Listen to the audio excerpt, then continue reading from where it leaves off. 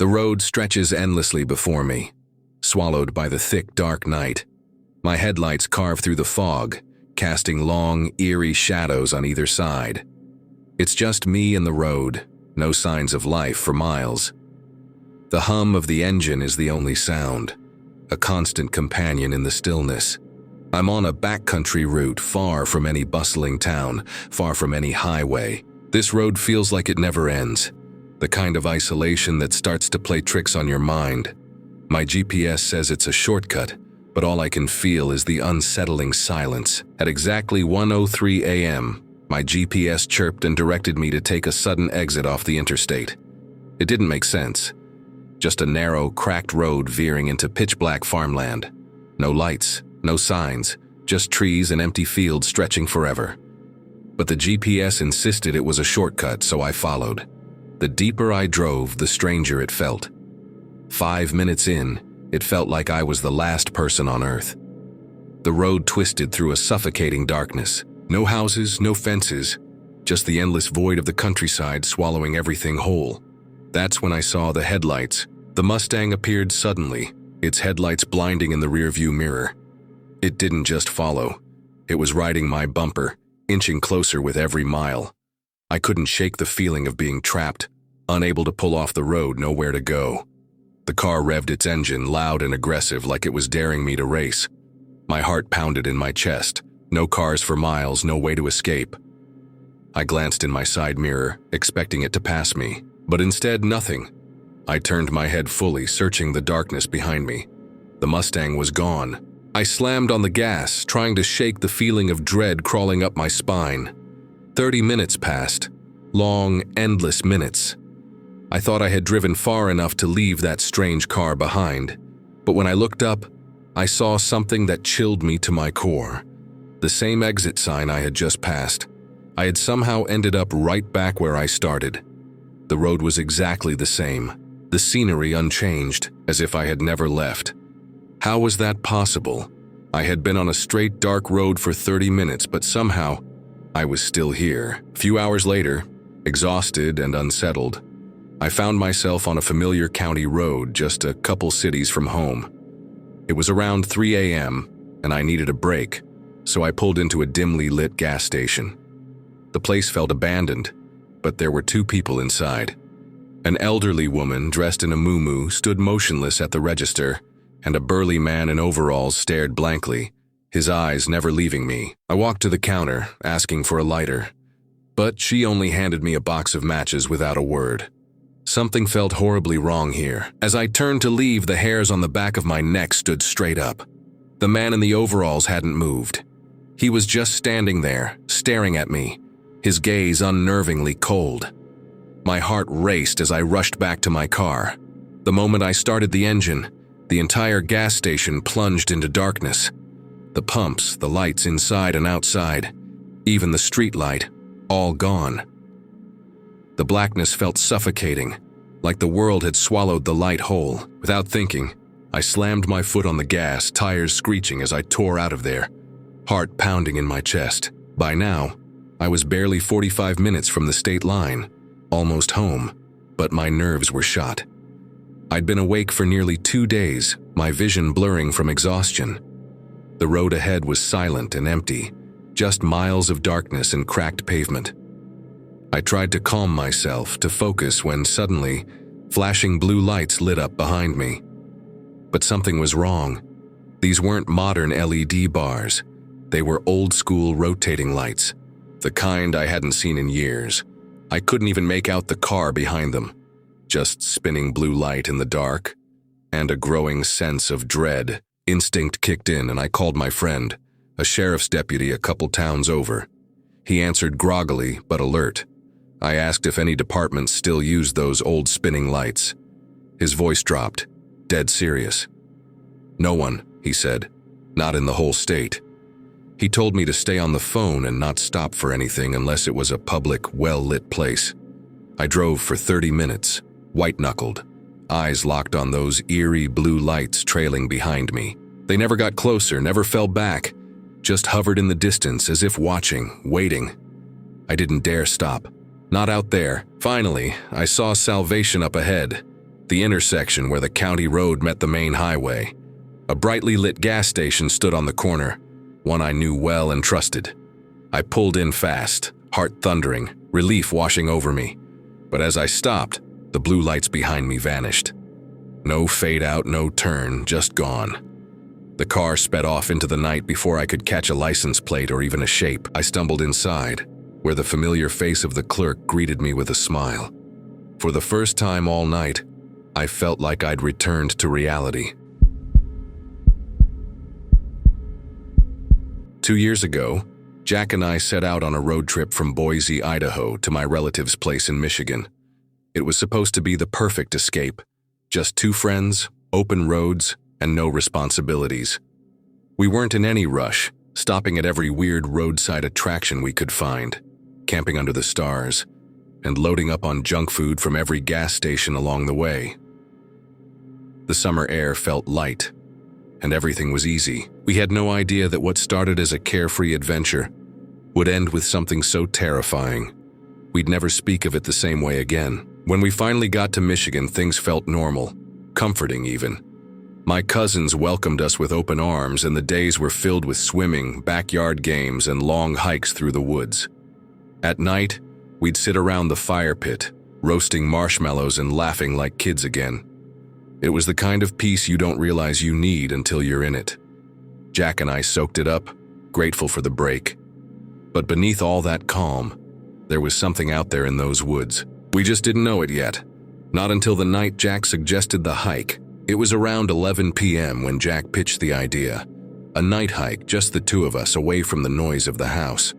He brought a bag stuffed with chips, candy, and a few beers we'd swiped from my cousin's fridge. The air was warm, thick with the sound of crickets, and the trail lit only by our flashlights and the soft glow of fireflies.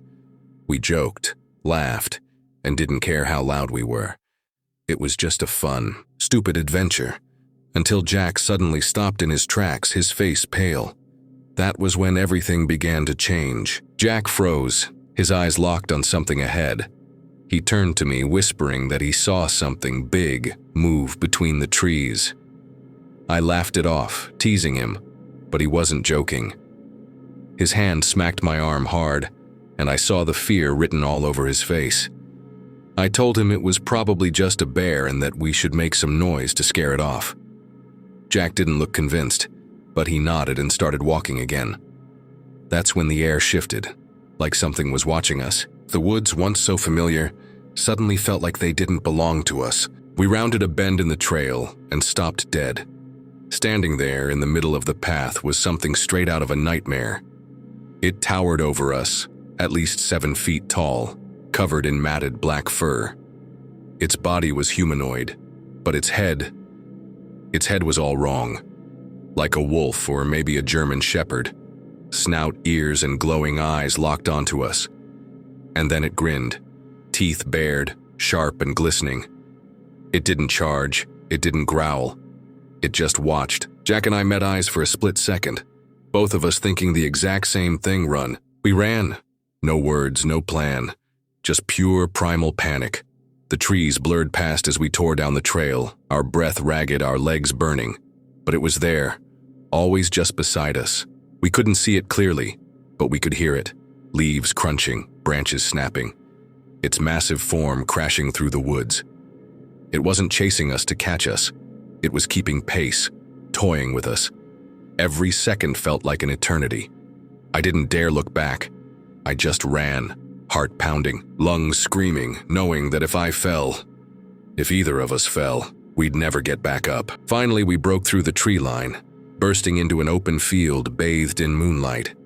My legs felt like lead, but I didn't stop. We kept running, straight for the house. The creature didn't follow us past the woods. It just stopped at the edge, watching from the darkness, those glowing eyes never leaving us. We didn't stop until we were through the front door, slamming it behind us with a force that shook the walls. We collapsed onto the floor, gasping for breath, the terror still searing through our veins. Whatever it wasn't done with us. My cousin and his wife rushed in, confused by the noise, but I couldn't speak. I just broke down. Jack wasn't much better, pale and shaking, staring at the door like it might burst open at any second. When we finally managed to explain what we saw, they didn't believe us. How could they? It sounded insane. But Jack and I knew what we'd seen. We locked every door, pulled down every blind, and sat huddled together the rest of the night, too scared to sleep. It felt like something was still out there, waiting for a reason to come inside. The next morning, we made up an excuse, packed our bags, and hit the road without saying much. The trip back to Idaho was nearly non-stop. No more detours, no more fun. Just silence and unease. Weeks passed before Jack and I even spoke about it again. I started researching creature sightings, legends, folklore, and the closest thing I could find was something called the Dogman. A werewolf-like creature, always watching, always hunting. But the scariest part wasn't what it was. It was what it did. It didn't attack, it played with us, like it enjoyed the fear, like it wanted more. Jack and I came to a chilling conclusion. The creature never intended to hurt us that night. Not really, it could have, easily. But it didn't. It followed, flanked, and watched. We think it was savoring the moment, feeding off the terror in our eyes. Like a game, or a ritual. That grin, those glowing eyes, it wanted us to remember it. To carry that fear home with us. And we did. Every night since, I wonder if it's still out there. Watching someone else now. Or maybe it's just waiting, biding its time until it decides it wants to play with us again. I've been a trucker for 8 years now, and I've loved every mile of it. Cruising the open highways, watching the sun rise through my windshield. It's more than a job, it's freedom. I've seen it all out here.